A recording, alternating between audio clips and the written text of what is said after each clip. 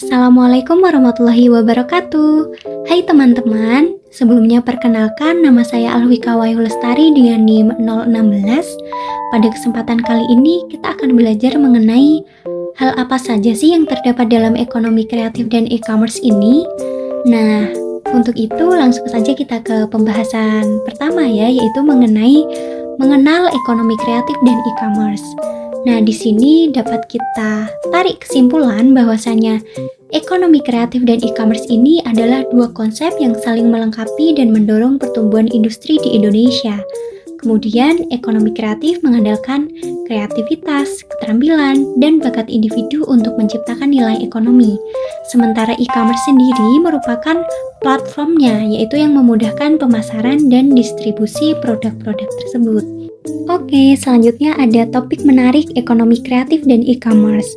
Jas merah, jangan melupakan sejarah. Maka, adapun sejarah dari ekonomi kreatif dan e-commerce ini adalah telah berkembang sejak abad ke-20, di mana didorong oleh pertumbuhan sektor-sektor seperti seni, desain, media, dan hiburan.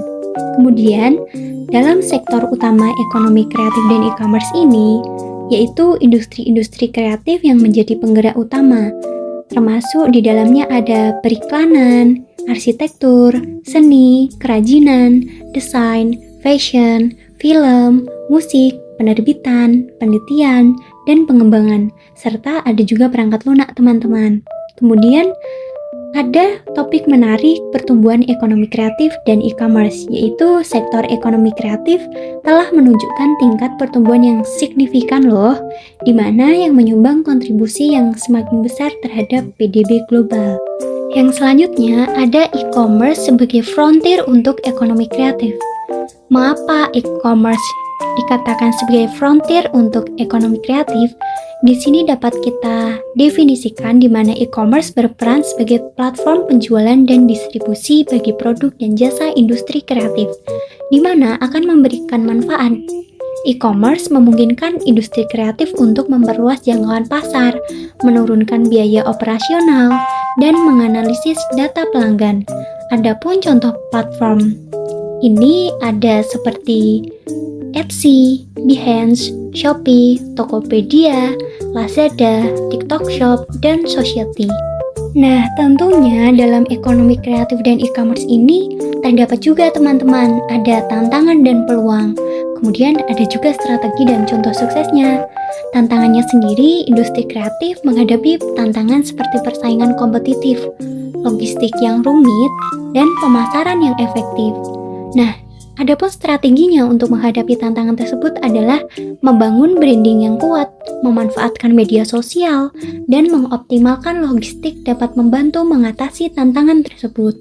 Nah, ada juga contoh sukses dalam ekonomi kreatif dan e-commerce ini, yaitu perusahaan kreatif seperti Etsy dan Threadless telah berhasil menerapkan strategi yang efektif di dalam e-commerce itu sendiri.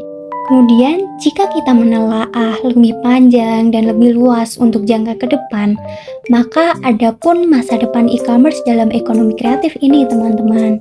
Yang pertama, ada realitas tambahan, di mana ini dapat kita jelaskan sebagai pemanfaatan teknologi realitas tambahan untuk memungkinkan pelanggan mencoba produk kreatif secara virtual.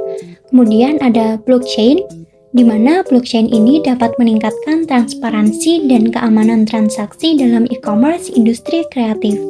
Kemudian ada AI atau kecerdasan buatan manusia ya teman-teman, di mana penggunaan AI untuk mempersonalisasi pengalaman berbelanja dan meningkatkan rekomendasi produk. Kemudian untuk menambah gairah dan wawasan kita, tentunya dalam ekonomi kreatif dan e-commerce ini terdapat kisah inspiratifnya ya teman-teman, di mana kisah inspiratif ini merupakan contoh-contoh platform dan industri dalam sektor ekonomi kreatif yang telah berhasil di dalamnya. Di sini saya ada 3 contoh. Yang pertama ada Etsy, di mana Etsy adalah platform e-commerce untuk produk kerajinan tangan dan produk buatan tangan yang dimana telah berhasil memberdayakan ribuan pengrajin kreatif. Yang kedua ada Threadless, di mana Ini merupakan platform desain kaos yang kolaboratif di mana telah menjadi contoh sukses dalam memanfaatkan kreativitas komunitas.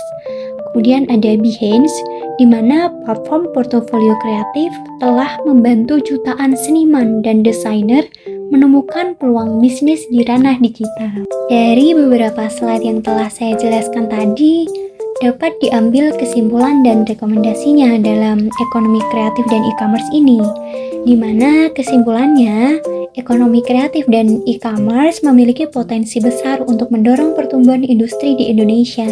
Itu tidak dapat dipungkiri ya teman-teman, di mana dalam itu diperlukan strategi yang tepat untuk mengembangkan ekonomi kreatif, termasuk inovasi, digitalisasi, kemitraan, dan pemberdayaan pelaku usaha. Kemudian, rekomendasi dalam sektor ekonomi kreatif dan e-commerce ini merupakan ekonomi pemerintah, swasta, dan masyarakat perlu bekerja sama untuk menciptakan ekosistem yang kondusif bagi pertumbuhan ekonomi kreatif dengan dukungan kebijakan, modal, dan pelatihan bagi pelaku usaha. Nah, itu tadi teman-teman beberapa hal menarik yang dapat kita jadikan pengetahuan untuk mengenal lebih dalam mengenai ekonomi kreatif dan e-commerce. Semoga bermanfaat and thank you for watching guys. Wassalamualaikum warahmatullahi wabarakatuh.